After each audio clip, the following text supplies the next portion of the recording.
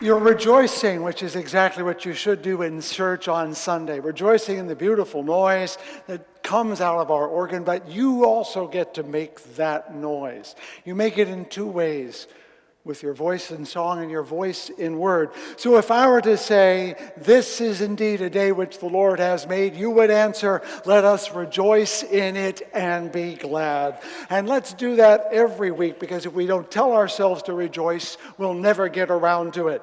Joy is a choice, and in this church, we choose to be joyful every Sunday. And so now, let the choir rouse us to greater joy as we prepare for our time of worship together.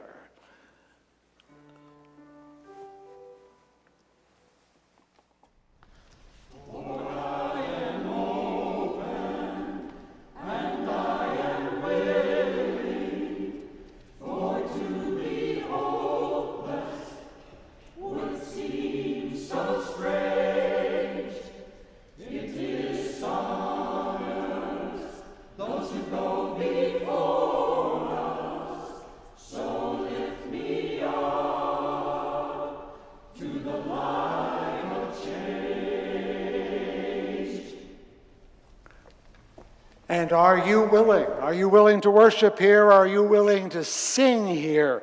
Well, if so, you open your hymn books now to hymn number 69, a hymn of gratitude as we head into this season of Thanksgiving. Yes, even for a cold day in West Michigan.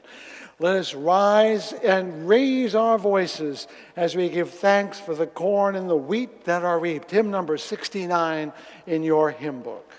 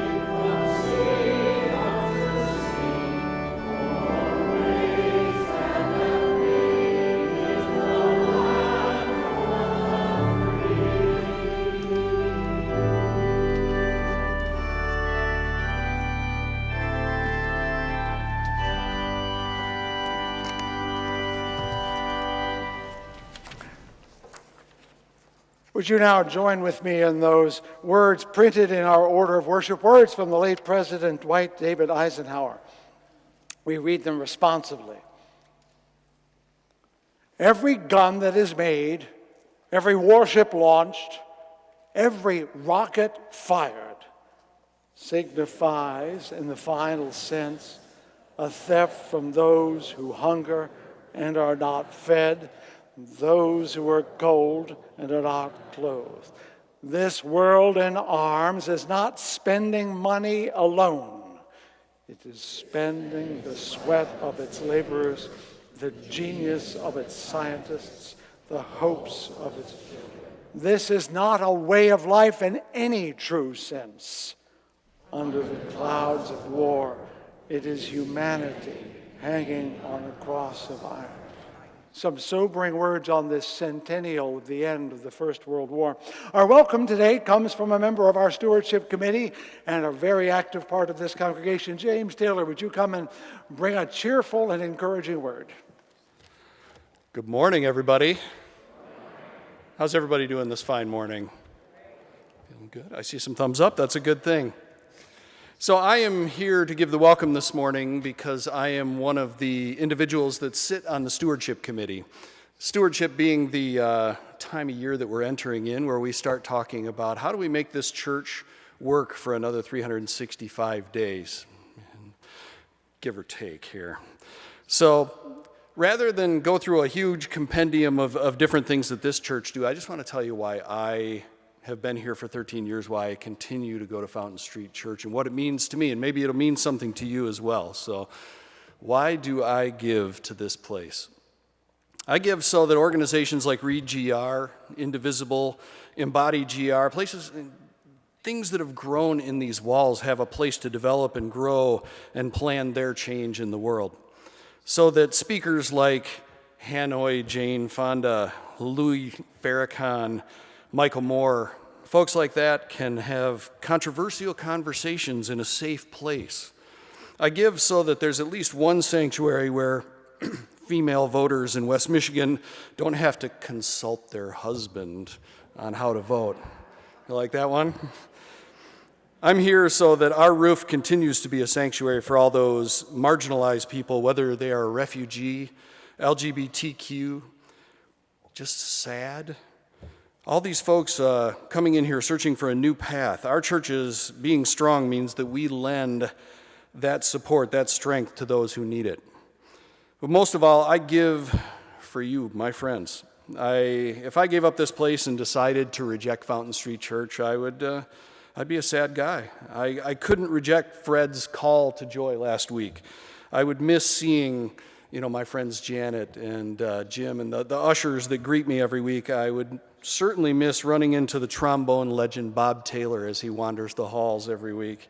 And my friend Carol Koistra, who almost every week, tells me to be positive and be the change that I wish to see in the world. Folks like that are embedded in me after so many years here at Fountain Street Church. So, folks, welcome. It's Sunday morning. This is Fountain Street Church. You are supposed to be here. I'm hoping that this week you'll get a letter in the mail saying, hey, we're doing our annual fund drive. Respond to it. I know some folks want to wait until May or June for financial reasons, but the folks that run the church in the background here need to know what kind of financial support we're doing next year. And I hope that one of those things that I mentioned this morning resonates with you as well, and you say, you know what, I'm not just going to give what I gave last year, I'm going to add a little bit to that. So if you can do that, then we can keep the lights on, and we can keep the heat flowing, and we can keep the speakers coming. So good morning to you. Welcome to Fountain Street Church.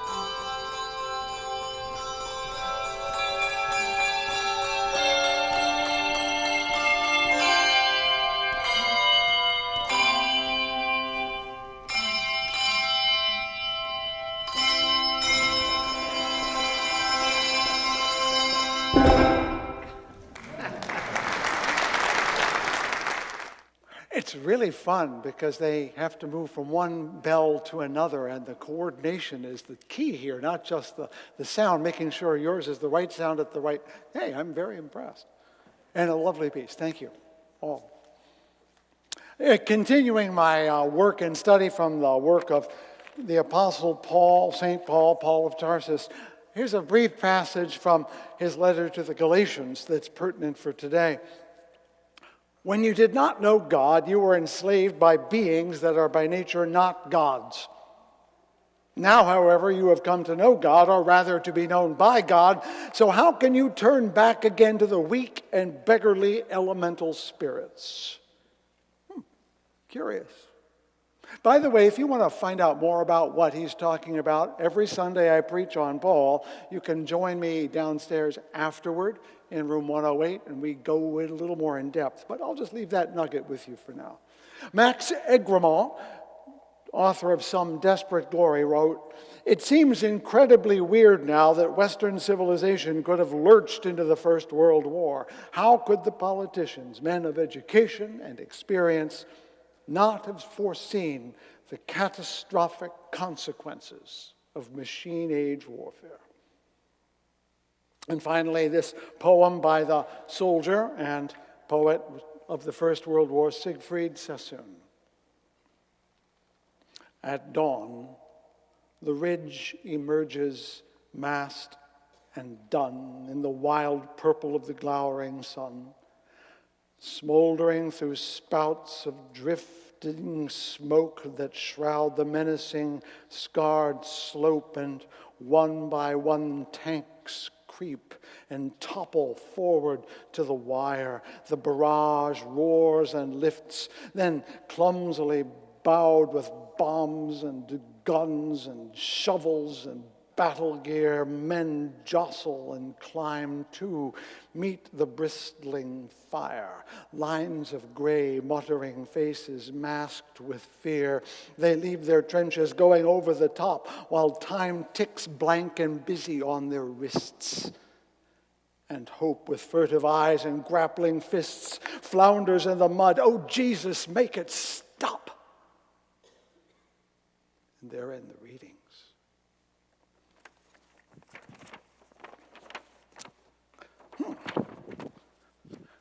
So who wants to join the bell choir? That isn't. Technically, we could supply you with as many of you as want, have a bell choir as large as the organ if we'd like. But the reason I bring it up here is that, like it or not, you're already in the bell choir.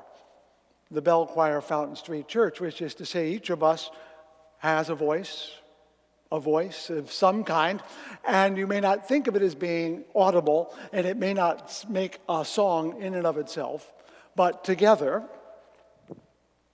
these various little notes here, the gentle ones, the loud ones,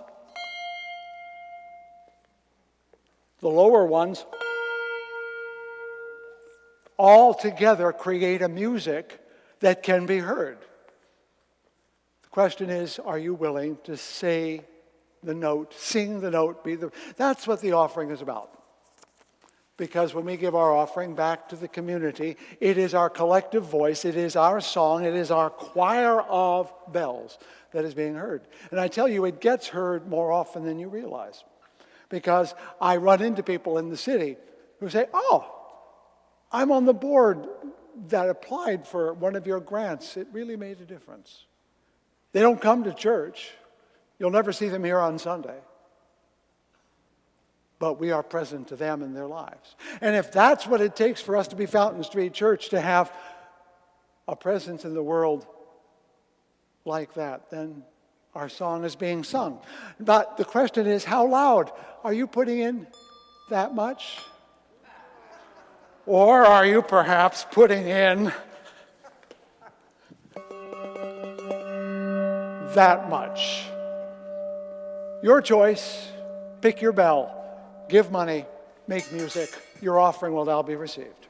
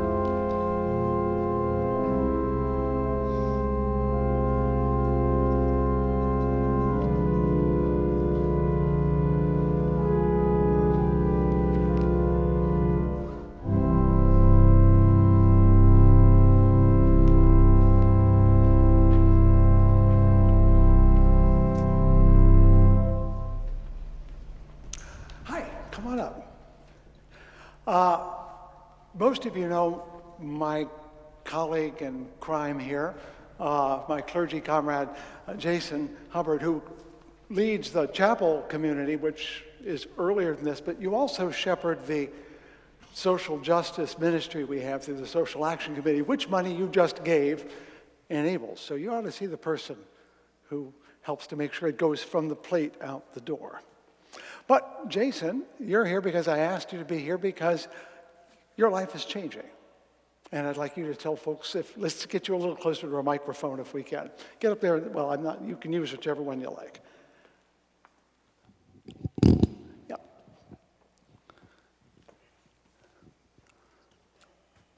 Good Sunday, friends. Yes, my life and my family's life is changing. I've been a part of this community for 15 years in one way or the other. I look out upon you and see that, in fact, some of your children were my youth group kids who are now having babies. We have been a people together, and I'm so grateful for that. And none of it could have happened without you and the permission to be a Fountain Streeter as a clergy person. And as you know, my entire family lives in Northern California, and I have been called home to minister to a little place in Northern California near my parents, one of whom is not well, and my siblings. And so my time with you as a pastoral minister will end at the end of this calendar year. I may be around a little bit in January helping out with a thing or two, but as your pastor and minister, an associate and servant of the vision that I just am so grateful to have been a part of, particularly in the gift Fred has given me to create with the people of this city a little place called the Chapel, which I think has done a good thing. That would not have been possible without you. It really has been the great gift of my professional life. And so we'll have some time to say our blessings and our forgivenesses if we have them. But I wanted to come today to share with you that our time is going to come to a next place, and that Fred and Jack and the rest of our staff are fully committed to continuing what bit of good I have been able to shepherd and steward here in a new way with you. And I look forward to hearing the news of that great journey. Yeah. Now don't go away. Stay right there. It is customary in the ritual life of clergy that when they come and go, there are ceremonial moments. And we may not, with Advent and all of its excitement coming up, we may not have too many opportunities. But one of the things that I remember is someone praying over me when I became an ordained person. And it's prayer time. I'm going to pray over you, dude. You're going to pray with me, okay? Oh, nameless one who brings us one to another and sends us forth one from another with sadness and gladness, we greet this moment of friendship that will grow by fission, not by fusion. We lift up our hearts in gratitude for days and hours, for months and years, for moments and even seconds when your presence brought something fresh and dear, wise and good, hard and true into our midst. True for one and all of us, but when we ask it of clergy, we hold them more accountable. And therefore, we are grateful for the bravery of being a clergy person in a cowardly time. We are grateful for the nerve to speak the truth when others dodge it with glee. We are astounded for the authenticity of those who live publicly with all of their folds and wrinkles when those around us would pretend to be other than who they are.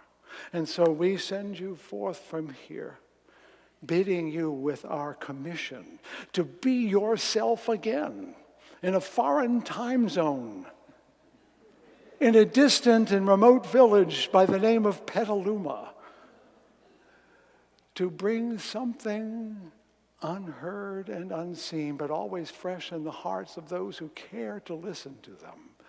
The presence you have brought to us, the gift of troubling their contentment and comforting their troubles. And so I bestow upon you not just a hand, but what you offered and I received and gave you so many years ago, a holy kiss.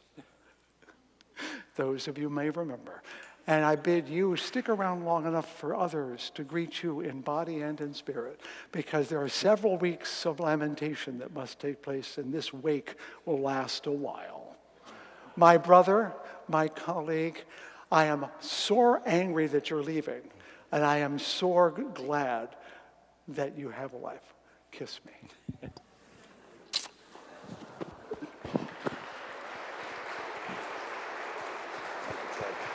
Thank you.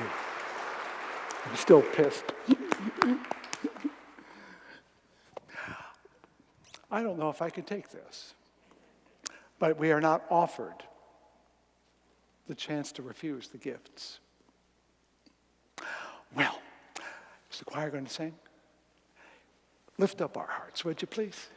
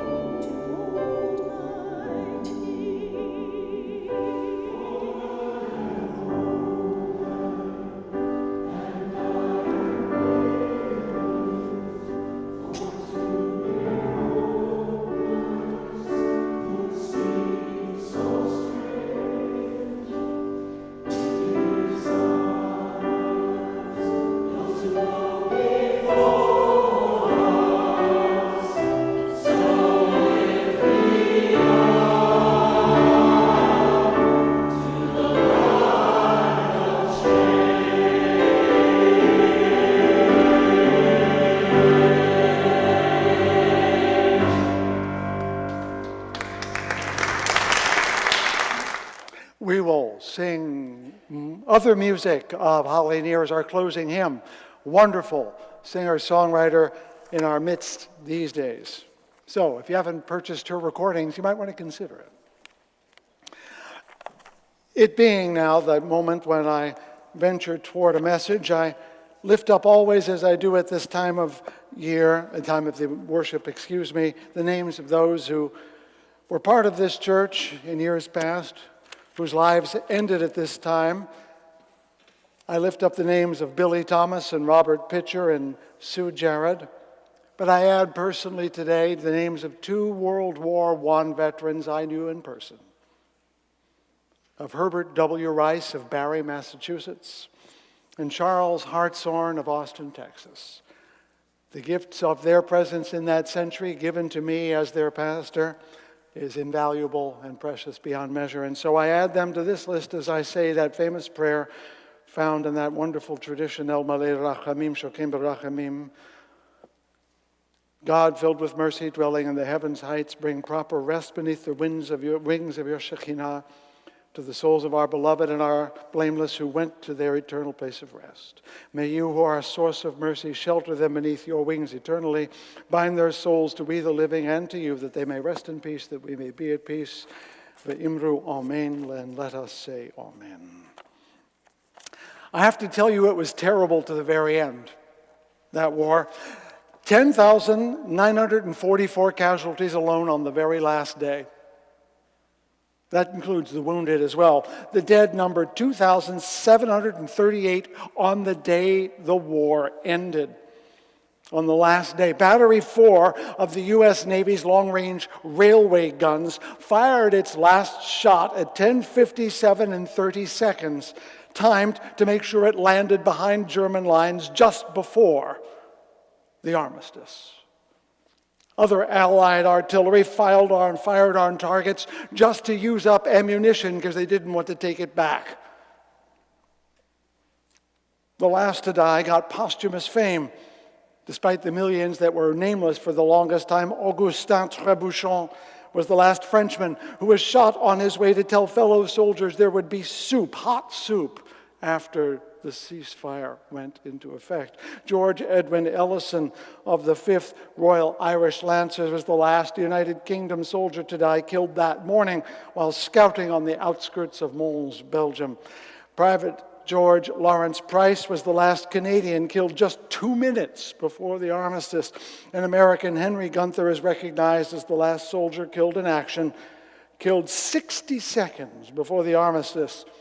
His was an unusual case. He was charging personally and alone German troops who were already aware the armistice was about to be upon them, and they were trying to get him to stop. But you see, he had been despondent over being reduced in rank for bad behavior and was trying to redeem his reputation through a reckless act of bravery.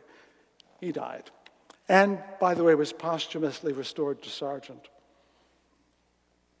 Today marks the centennial of the end of what we now call World War I, though at the time it was not called that. It was on the 11th hour of the 11th day of the 11th month, and I added another 11, this being at 11 a.m. And so ended what they called the war to end all wars, as you saw at the beginning at the top of your order of worship. America was the last nation to join and told itself that doing so would, quote, make the world safe for democracy. And both phrases ring a little hollow, if not naive, today, for we know the next war was barely a score years away and made the first look puny in size, destruction, malice, and evil. And though democracy made strides after the war, our political climate today seems to be cooling toward democracy here and elsewhere.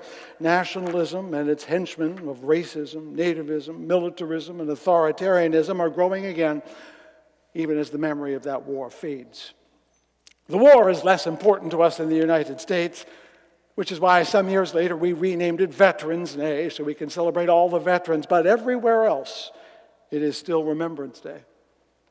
In Europe, in the former British Empire, observances took place this morning.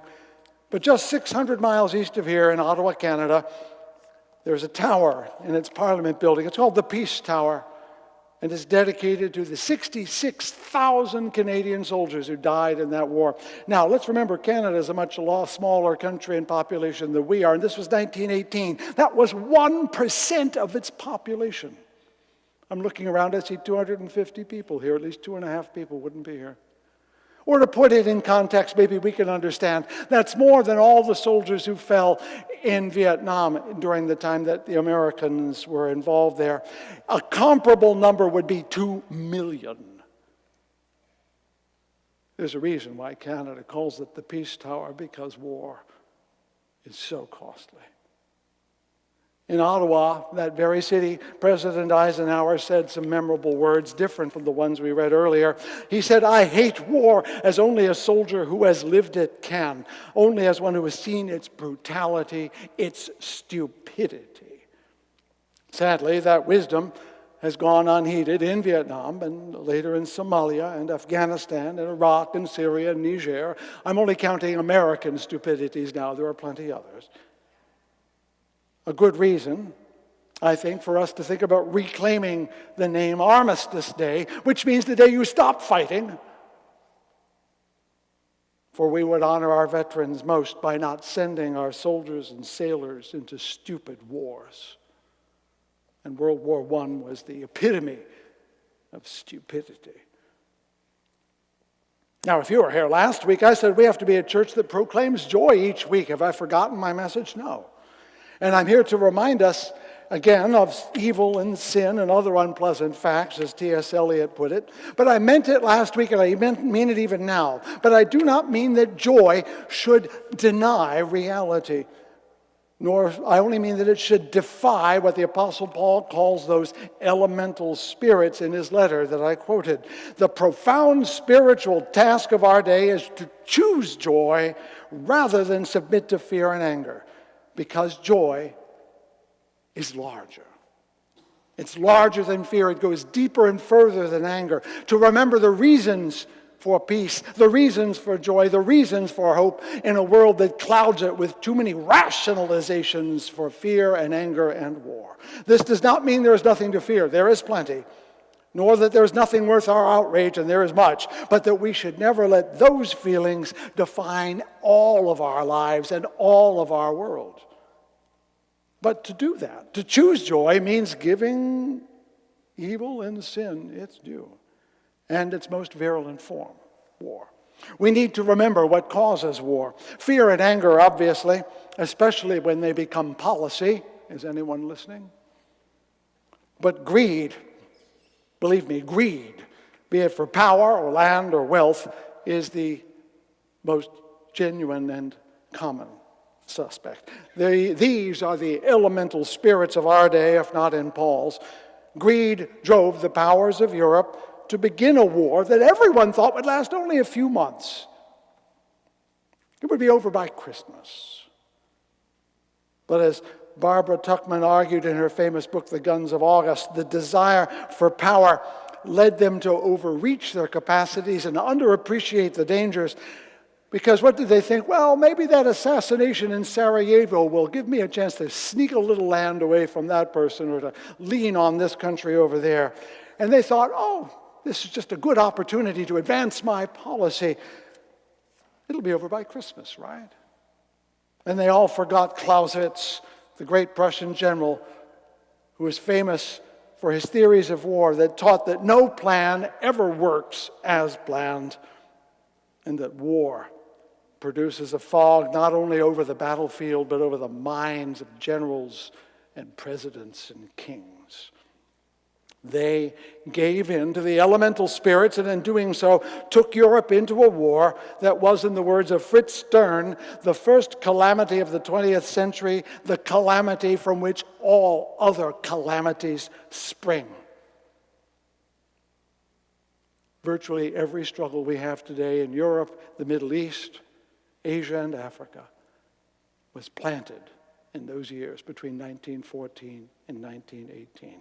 No surprise then that we heard the horror and felt our hearts stop as Siegfried Sassoon described the battle and added his searing last line, "Oh, Jesus, make it stop." but it only ever stops by exhaustion. That's what happens. You wear out one side until they drop. Athens yielded to Sparta because it was beset by plague and famine, not because they thought the Spartans were better. France depleted England in the 100 Years' War. Yes, it took a century, but they did. And George Washington and Ho Chi Minh both used the same tactics in wearing out their imperial aggressors. They wore them down until they had to just give up and go home. Not for nothing is Afghanistan called the graveyard of empires. England, Russia, and perhaps we, the United States, will have depleted ourselves in trying to govern a region so hostile and far and harsh. With exhaustion only does the spell of elemental spirits dissolve, and as if awakened from a fever dream, people look around in the horror that they have left behind. It happens over and over again, which means war truly is insanity by that cliched definition of doing the same thing over and over and expecting a different result. Last summer, I was in Kansas City to attend the annual conference of the Unitarian Universalists. I take morning walks every day, stretch my legs, and I found myself at the National World War I Memorial. I didn't even know it was there. Did you know it was there? It's immense. Tall tower, banks of buildings up on a high hill overlooking the great railway station. It was dedicated in 1921. Generals from all the Allied nations gathered there on November 1st of that year to honor the fallen. Each received a ceremonial flag from a local veteran of war picked by some local official. His name was Harry Truman. Vice President Coolidge commented then that it was not raised to commemorate war and victory, but rather the results of war and victory, which are embodied in peace and liberty. How many places like that have you been? I've found myself at more than one. If you ever walked the battlefield of Gettysburg and tried to imagine them littered with bodies, maybe you've been to Antietam, which is a beautiful place that was the single most bloody instance in the American Civil War. Goliad in Texas, when Santa Anna massacred, that is to say, assassinated an entire fortress. Guanajuato in in Mexico, where the royalist forces hung the heads of royalists on pikes outside the building. Ottawa, as I mentioned before, the American cemetery in Normandy, France. Have you been there? It is to have your heart stop and to feel sorrow of a different nature. What has all this to do with joy? Because joy cannot exist. True joy cannot exist without sorrow. Perhaps you know Omar Khayyam's poem. Then a woman said, "Speak to us of joy and sorrow," and he answered, "Your joy is your sorrow unmasked. And the self-same well from which your laughter rises was ofttimes filled with your tears." How else could it be? The deeper the sorrow carves into your being, the more joy you can contain. This is the point I want you to listen to for the rest of my message. The church of joy can only exist if it's willing to hollow itself out with the sorrow that we have all denied as individuals, as Americans, as a church. We cannot feel genuine joy that goes deeper than the shallowest sorrow we have borne. And I mean the avoidance of sorrow. Yes, I mean the tanks that creep and topple forward to the wire, the barrage that roars and lifts, those then clumsily bowed with bombs and guns and shovels and battle gear, men jostle and climb in to meet the bristling fire. Yes, I mean that sorrow, but more than that. As beautiful as this sanctuary is, the most powerful moments are not on Sunday, but on those Fridays and Saturdays when 30 or 40 people sit right where the choir sits, and I conduct a service in memory of someone, and we sit there in sadness and in gratitude.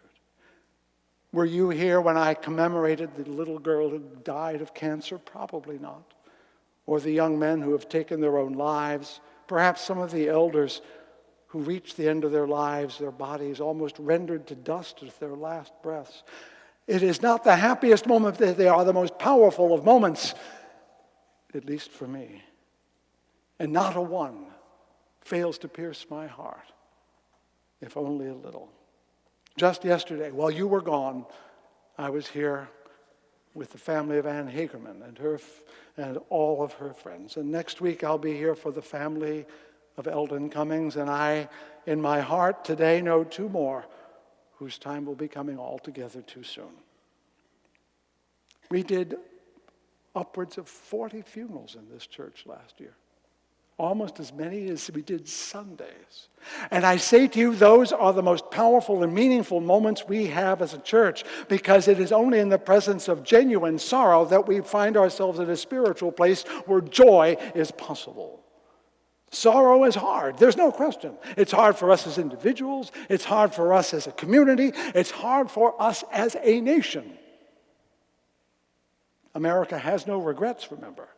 We've committed no sins. We've done nothing we need to be feeling bad about. Now, I have my theory about why this is, but that's a whole other sermon or two or three. But the fact is, in my experience and your experience, if you pay attention, sorrow denied, deferred, and avoided is, well, it festers. It will find its way. Individuals find themselves struggling with depression and anger and fear years after a loss that they said they could just put to one side. Communities, I think, have done the same. Nations, churches, and towns. How much of our national mood, indeed, today, with its boisterous nationalism, is built upon a sorrow and a regret that we cannot possibly comprehend until we face it. That's another sermon all by itself. But consider for a moment this litany, and you will understand how sorrow denied as a nation begets violence and war. Thousand Oaks, California. Pittsburgh, Pennsylvania. Parkland, Florida. Santa Fe, Texas. These all sound like random shootings. No, they are not. They are the denied and repressed sorrow of a nation that internalizes it as fear and anger. And until we as a nation learn how to weep for our sins, we cannot possibly overcome them. I sound hopeless, but far from it. Because there is a symbol of the power of sorrow lived to give hope for tomorrow. And it is right next door. No, it's not this sanctuary, it's that tower. Do you read the names as you go by? All the dead of the First World War are carved in the wall of that tower. It's beautiful. And sometimes I catch Bruce Gilmore in there with his wonderful basso, making this place filled with the hum of his beautiful voice. But it is there because those names were put there so that we not forget that they lived and they died, and we lost them, and our hearts broke, and because of that sorrow, we erected the tower, the top of which rings with bells of hope. That is the symbol I lift up to you today. If we would truly know joy, we would build it atop sorrow, honored, held, treasured, kept. We would not deny it. We would honor it. Because only those who have known profound sorrow can appreciate true joy.